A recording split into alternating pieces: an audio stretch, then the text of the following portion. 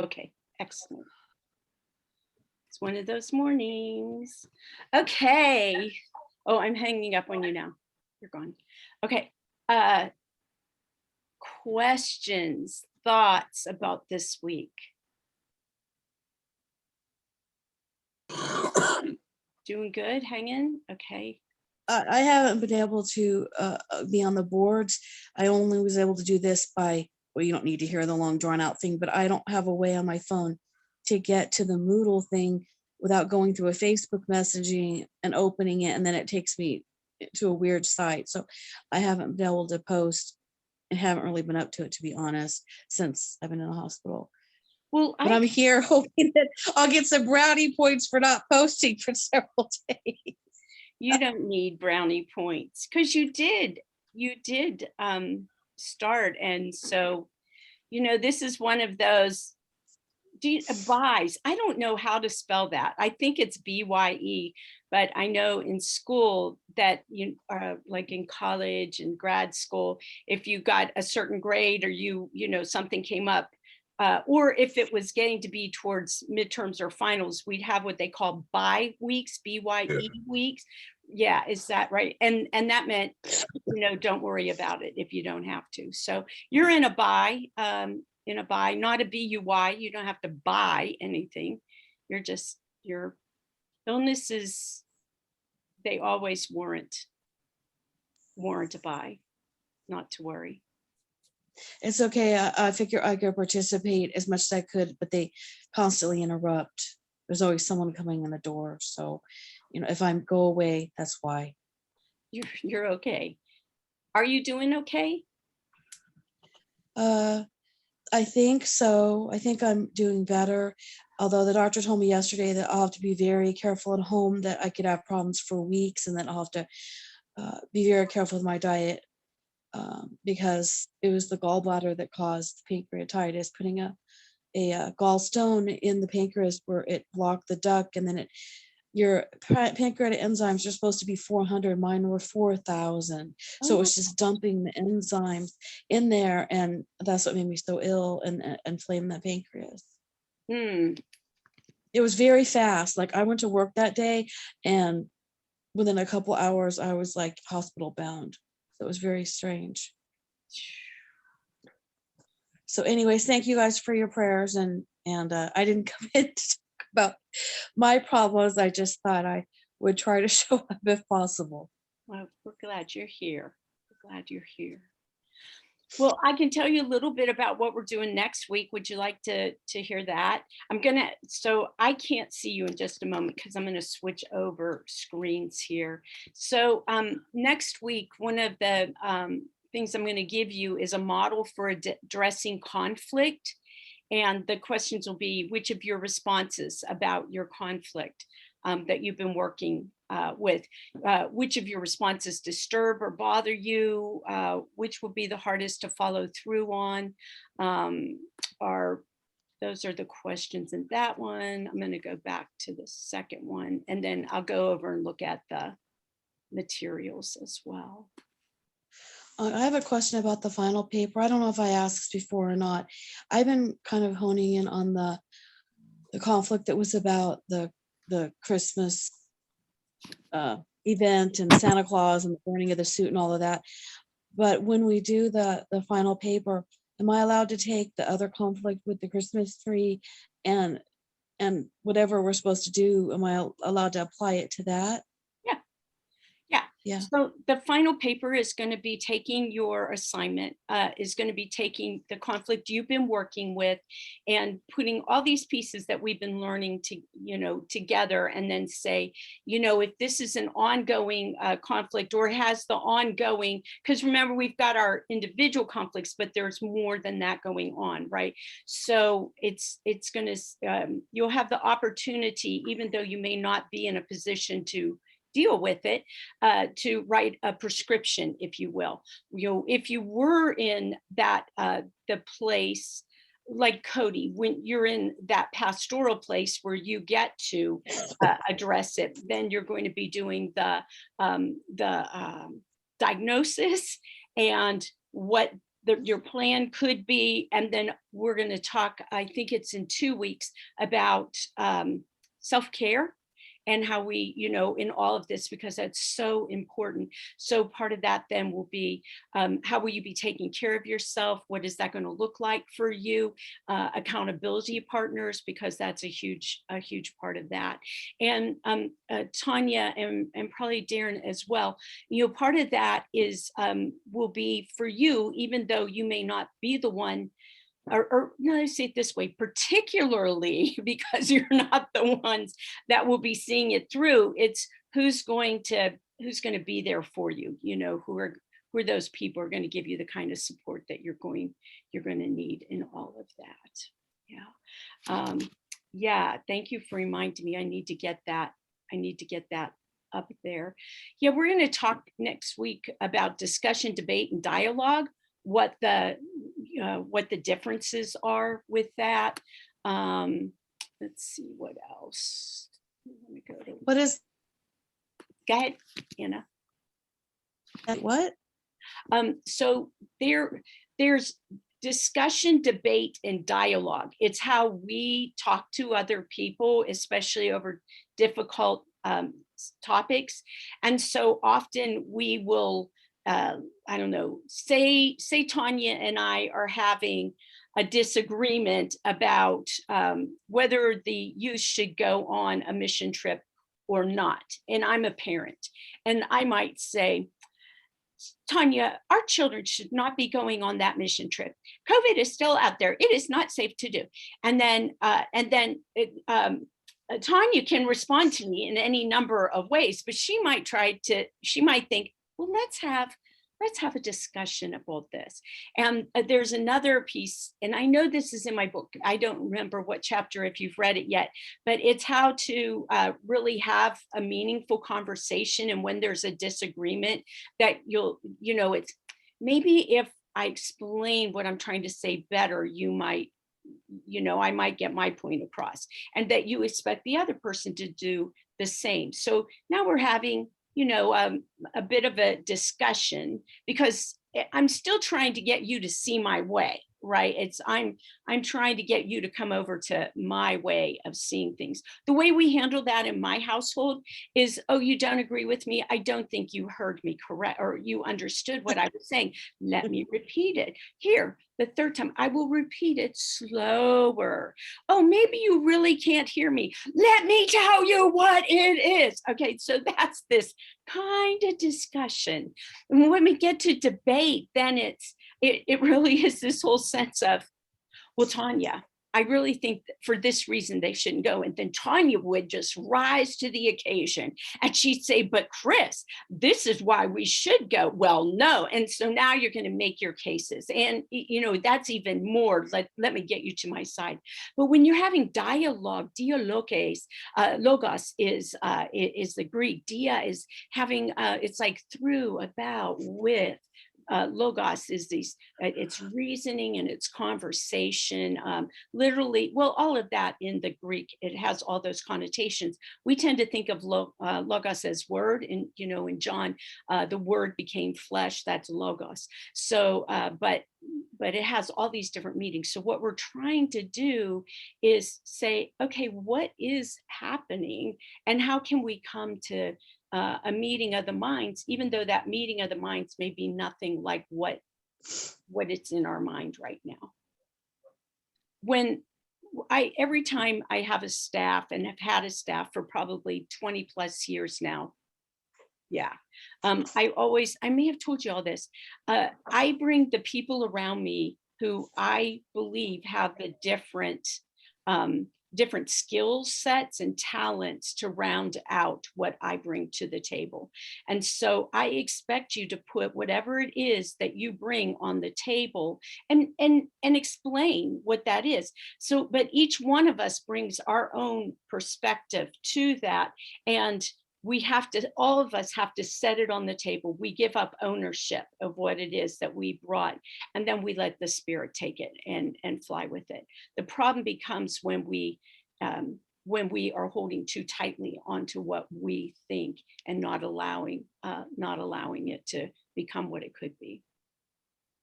That would be dialogue. Makes some sense. Okay, let me go back over here and look at what the resources are so I can say more. Oh, here. Next week is 5.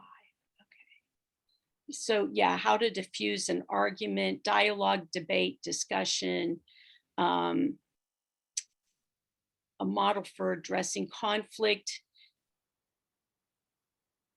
and the 5W5H. I've got that up there too. And Cody, I don't know if you would have remembered this at all. I developed a model several years ago, and it's really been honed over the years since well, no, towards before I left the region. And it it's how to help churches develop their mission statements, their vision statements. We start with values. And so then what's our mission? What's our vision? Um, uh, how do we live that out? How do we apply that? And we do it in ways that are really fun, and it works from the inside out. So you have your team, like a transitions team, usually is what we call that. So you have a transitions team, and then they're doing the work, and then they talk to people on the executive committee, and the executive committee says, yeah, maybe you want to adjust that a little bit, and it goes from there to your to the board, and the board says, well, by the time you have it to the board, you've got a good portion of your congregation there, and then you take and you put it on, big old poster board or that white paper that sticks to walls, and you put that around your sanctuary, and you say to the congregation, hey, this is what we did all this work, we went back to our records from the very beginning, or as far back as we could figure out, and this is what we think the mission of this church was. What do you think about it? Just write your thoughts up there on the paper. And so then now you're getting congregational buy-in. Boom. Let's have a consensus kind of vote. Remember that unanimity does not equal unanimous, right? What you're trying to do is get consensus. You're trying to get unanimity, a unioning of thoughts, even though not everybody is going to buy into it. That's just a reality. So then you're able to, claim that. Wow. Now, if there are a lot of comments, and I've never seen this in a church where there are comments by the time it gets to the congregation, or by the time it leaves the congregation, then you stand up there, the board chair is up there, and it's like, woo-hoo, we are reclaiming our mission, our reason for being here. Then you do the same thing with vision. You take that small group, executive, board out into the congregation. Woohoo, there we are. Then the next question, the next session after that is that, okay, what do we do with this? How are we going to live into this? And the planning really begins from there. Always remembering, you always have that in front of you saying, we don't defer from this, which I said last week or the week before. Right? Yeah. So we're going to do that.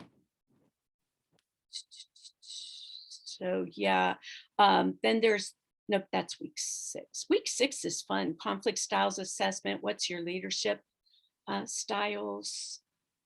And this week is where I think I made mention of it last week. We've got the 8 R's of reconciliation. Thinking on this really came out of the reconciliation work, or that we were trying to do. What do we call it? We're all racist. We're trying to be a non-racist. What is it? We're a non-racist. Come on, denomination. We are we were working with this continuum, and Tanya and Cody, you may have taken it. What is it? PRAR. anti-racism, pro-reconciliation anti-racism. You've got to take it every 3 years or something. Now I think they're doing every 2 years maybe for your standing. And on this, we would do every workshop for years was the same thing over and over and over again. It's like, how many times do you have to tell me I'm a racist? So like, okay, now I'm supposed to work that with my congregation, but what do we do with this? And it was Joe Jimerson, who was the minister at Centralia First Christian Church, who he was so like, you mean I have to take this PRAR training again? You're not training me how to get past it. How do we get to reconciling? And the process never really allowed for that. And when I thought that, I was thinking of that in terms of conflict, well, where that all starts, where reconciliation, if you really want to get to reconciliation about anything, you recognize the problem, and then there comes a repentance, a place where you recognize the problem and you repent. You have to, provide with a apology or mutual apologies. And remember, an apology isn't just simply an "I'm sorry." An apology recognizes that you've done something wrong. You acknowledge how you've hurt the other person, and then you say how you're going to change your behavior. And that one of the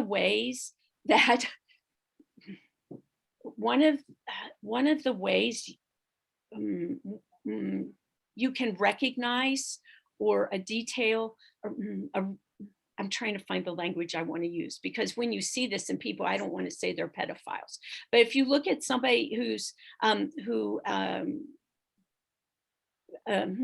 like is acts unethically, pastors, I'm going to say it within pastors and church leaders who will take advantage of women or children, so pedophiles or repeat stalkers of women in their congregations, take advantage of their position in that. If you listen for an apology from them, usually it's along the lines of, "Oh, I'm really sorry I did that. I'm so sorry I got caught," or I'm so sorry uh, I'm so sorry it got to this place. I'm so sorry that I'm having to do this," something along those lines. It doesn't acknowledge the other person's pain or what they've gone through, how you've wronged them. So in an apology, what you want to say and you want to listen for is, am I really apologizing? Am I saying not only I'm sorry, but I I realize, or I know that I hurt you in this specific way. How did you hurt them? And then this is what I'm doing. So to the best of my ability, it won't happen again. So that's the repentance part.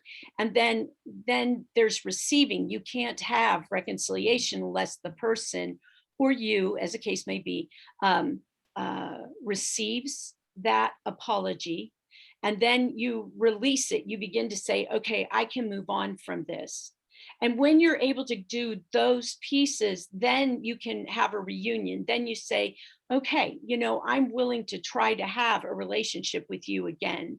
And then there is what I call restitution, where how are you going to make this better? And then from there, you go to, and that's when the relationship really is restored. And then reconciliation is more than restoration. It's where it says, let's see, again, here I keep doing this, the spirit, right? But let's see what more God can do with us, because we're back in this kind of relationship. If you think 12 steps, right, you get an apology, steps, sorry, I have to count them, 8 and 9. Step 8, you make a list of people that you've hurt. And then in 9, you make apologies to them. And you do that knowing that they may never forgive you in that, but at least you're stepping out and you're making that apology. And when it's safe, right, reconciliation is not always called for, or even restoration is called for. But in those cases where it is, then you're able to move on. And it's with maybe fear and trembling, a little bit of trepidation, but you're open to what may happen from there. I'm rambling. Questions, thoughts? Does it sound just totally ridiculous? Maybe. No. Yeah, it's hard work. No, I mean, yeah, I agree with you on the with some of, well, last year's um uh anti-racism pro reconciliation. It was all done by Zoom, so it was a little different. Um and but the fact is that they broke us up into those individual little groups. I think they addressed a lot of issues. Um and but also there was some good teaching and what, you know, and some history and some things like that. So yeah, I think the setup's a lot better than what it was. What it used to be. Yeah. That's good to hear. That's really good to hear. And well, last year was just a scary year. I mean, because of the fact is that you know, probably last year, I would say not since, I would even go back to the 60s, but I mean, I know how bad it was in the 80s. But I think going back to the 60s, really, we haven't seen the storm that anti-racism since then. Right. You know, and all that. So I mean, I think last year taught us that we weren't as uh, anti-racist as we thought we were. Yeah. It brought out the ugliness big time, because it wasn't. I mean, you got the gamut with because of um, the things that were going on with the Black Lives Matter, but then people started to use that as a platform to tailgate behind them and cause havoc, so that it made them look bad. And you also had the singling out and targeting of the Asian community, because putting the blame on them for the pandemic. I mean, it's just, and I think it also showed that how often we see our leaders, and I'm not pointing at one side or the other. I mean, is that how many of our leaders out there really don't get it? That yeah, they don't. They speak the good speak and they say this good words, but then you see the reactions to stuff, and they're just don't care. Yeah, I sat in on this really cool deal back, I think it was in January, and it was looking at Martin Luther King's letter from jail, from the Birmingham prison. And they had, it was Zoom, and there were people from all over the country there. Bob Hill led it. Bob Hill's a disciples, retired now. He was at Community Christian Church for years and years and years, and in Kansas City. And and so we heard it was 3 successive, I think, Mondays or Tuesdays, and at the end of it, or each of those sessions had 3 different presenters talking about their experiences with racism from all over the gamut, and all within the context of Martin Luther King's letter from the Birmingham jail. And excuse me. So, and then we broke up into Zooms all over the country. Kansas City had one, Birmingham had one, Atlanta, Washington, D.C., New York, out in California. So we were all over the country. And I sat in on the first two of those. And, you know, the question was, okay, here we are saying Kansas City, what's happening? What do you know about that's changing things, that's addressing what Martin Luther King was addressing all those years ago? And now they're still meeting now, what is that, 6 months later, and they're talking about what they can do. And at the first one of those meetings, they were saying, so what what about in your community? What about you? And the challenge was to go make an acquaintance or a friendship with somebody of a different race. And that just blew me away, because I have friends that are Black, I have friends that are Chinese, and and so it was, oh, okay, well, I know a lot, and I've known that, but it seemed contrived in a way that will go, I'm supposed to make a friend with somebody who isn't the same race as I am. And last summer, this woman that I had worked with for a while at the Pagan store called me and said, she moved here about 5 years ago or 3 years ago. And she said, I really don't have any friends in Columbia. And my therapist said, I really need to make some friends. And so I'm wondering if I can start with you and we could build a friendship. And I had been praying for her for 2 years. I'd been praying for her. And it's like, yeah, sure. So we began, how do you build a friendship? And we talk now every Tuesday afternoon, and she's Black. So, and I lived in inner city Atlanta for 12 years, where in my neighborhood, we were whites, we were 3%, whites were 3% of the community. It was 94, is that 96? No, we weren't that many. Okay, it doesn't matter. Over 90% of our neighborhood was Black, and this other 4% or whatever that were Hispanic and Asian. There was no identification of what kind of Hispanic or what kind of Asian. We were just Hispanic and Asian in there.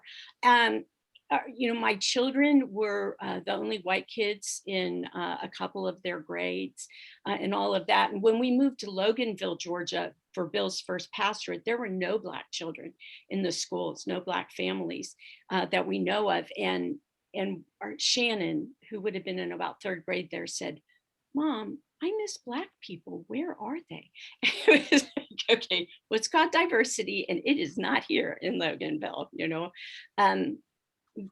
but that is a problem. How, what kind of relationships do we have with people who are different than we are, whatever that difference may be. And that then begins to help us build an awareness and move through. And Felena and me, we've never apologized to one another for Black Lives Matter or, any along those lines. But when, with George Floyd, and then with the recent, was it yesterday, the day before, the decisions were handed down, I always call her to check on her and see how she's doing, because I know that hits her at a core. And she's able to talk about that. Her mother, oh my gosh, her mother was driving home from Cape Girardeau, which is something like a 5-hour drive. Her mother's 93. And after about 12 hours, she wasn't home. Well, she decided to take a different turn, and she ended up in nowhere, Iowa. And she was calling, and her sister was calling and saying, Mom is in Iowa and we have to go get her.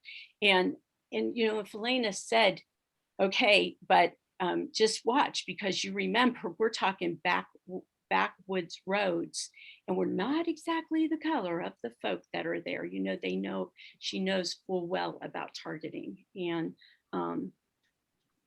you you wonder about the day. But forcing that on people isn't going to make the difference either. It's going to be, how am I going to invite you into my friendship circle? Just the same as that Felena reached out to a white person to be a friend is really huge. If you were to listen to her at least a year ago,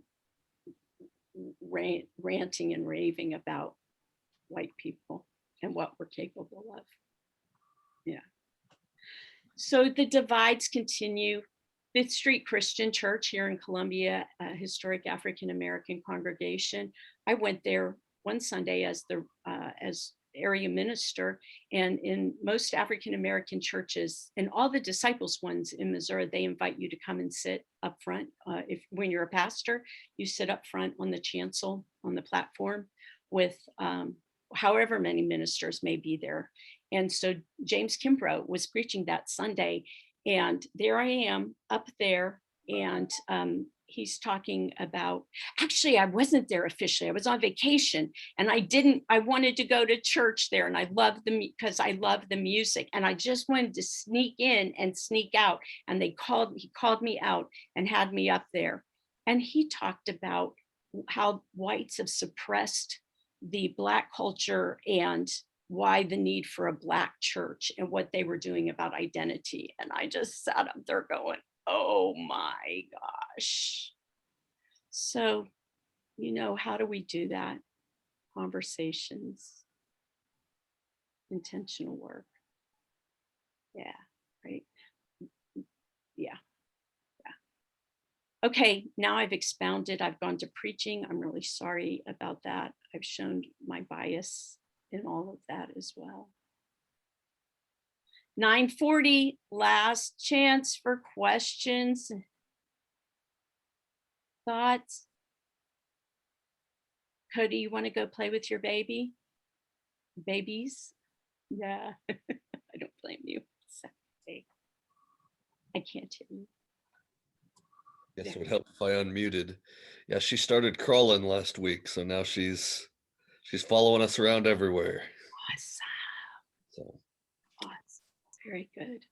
Yeah. All right. Well, I'm going to let you all go, but not without praying first. Okay. And Jesus, we thank you and praise you for your holiness. We praise and thank you for your ability to see so far past us and our blindness, how you see into our hearts and how you move within our hearts. We do confess, Father, that we are not faithful, that we do not always receive this gift, that your Son, you, Jesus, have given to us. Continue to stretch us and to open our minds and to keep us honest and make us willing as well. Allow us to, or not allow us, I know you allow us, but whatever it is, each one of us and those that we influence in whichever ways, help us to inspire us, create in us that desire, create in us that desire to delight in your will, so we can walk in your ways. We can really make a difference in your world. For Anna, Jesus, I call upon you as our great physician and ask that the doctors are able to get right to the matter, or that they know exactly what's wrong, that they know exactly what to do, that they will do that in a timely fashion, Lord. And Jesus, give her relief from the pain, give her quick healings so that she's not seeing effects or pain days and weeks down the road, and give her the space and the people even to provide for her rest, for her recuperations, for her just to help her, Lord, so that let her be taken care of. She deserves that. She worked so hard, Father, please give her that opportunity to be taken care of. And whoever is supposed to be doing that, just bop them as they may need to be bopped so that they'll move. As we prepare for your day, the day set aside for you tomorrow, give us all rest today and prepare our hearts and our minds, our spirits, so that we can receive you in new ways that will allow us to fully minister tomorrow in whatever it is that we are doing, and then of course to minister into the week ahead. In Jesus, again, I thank you. Yes, amen, he says, or she says, that wonderful barking dog in the back. Yeah, my dachshunds are being obnoxious.